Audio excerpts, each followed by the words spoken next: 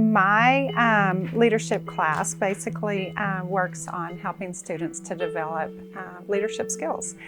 We use the 7 Habits of Highly Effective Teens from the Stephen Covey series of 7 Habits of Highly Effective Adults or people in general. But in my class, we really focus on doing different types of presentations and working on things that they might need in order to be successful in the real world once they get a job. Working on resume writing and interviewing skills and just basic communication skills. So much of them haven't really had all that much exposure to things that they're going to need once they get into the real world and into the world of employment. And so we try to develop those skills so that they will be better prepared whenever they get their first job. I'm in Leadership and Employability, and what we do is we go through the 7 habits to live by. So we just finished Be Proactive, and then now we are starting on Begin with the End in Mind. So it's kind of like the first thing that we kind of went into was like leaning your ladder on the right wall. So like, are you going down the right path? Are you going down the right destiny? Are you controlling that, or is someone else controlling that? So we just kind of go through these habits and then how we can apply them to our daily life.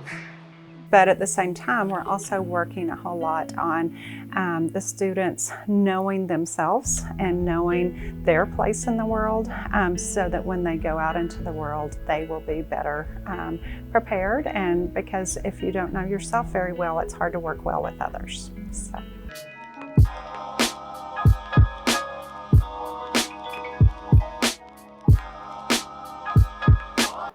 This class has helped me find a leadership role, and not just school, but as like in society in general.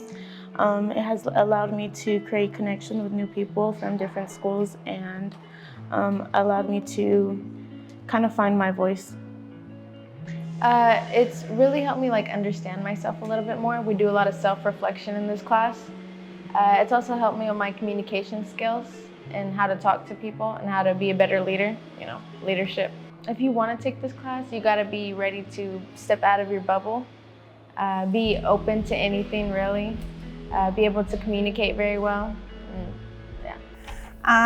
Some of the challenges are, one, just for students that don't like to get in front of people and don't like to talk to people. I found that that's probably the biggest challenge.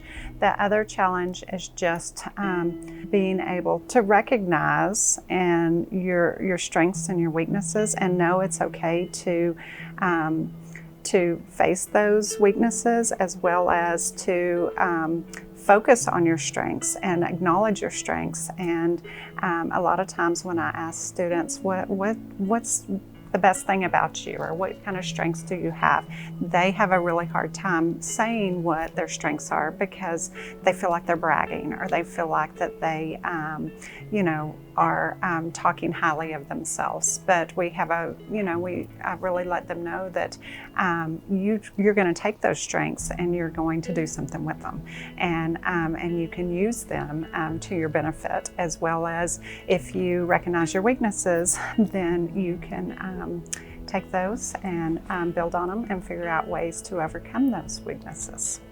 She would have us do projects where we would have to stand up in front of the class and talk, and you would mainly be by ourselves.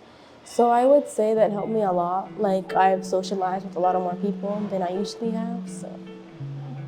Some benefits that students get from my leadership classroom. I feel like the biggest one, I have a lot of students that leave here and they say they feel like that this is a SEL class and it really helps them figure out who they are.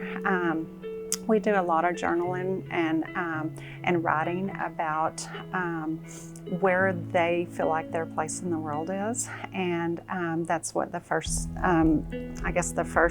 3 habits really focus on. Being proactive and beginning with the end in mind and putting first things first, and that has the students do a lot of self-evaluating, and I feel like they walk away from here having skills that they need to face the world, and maybe have a better understanding of who they are and where their place is in the world.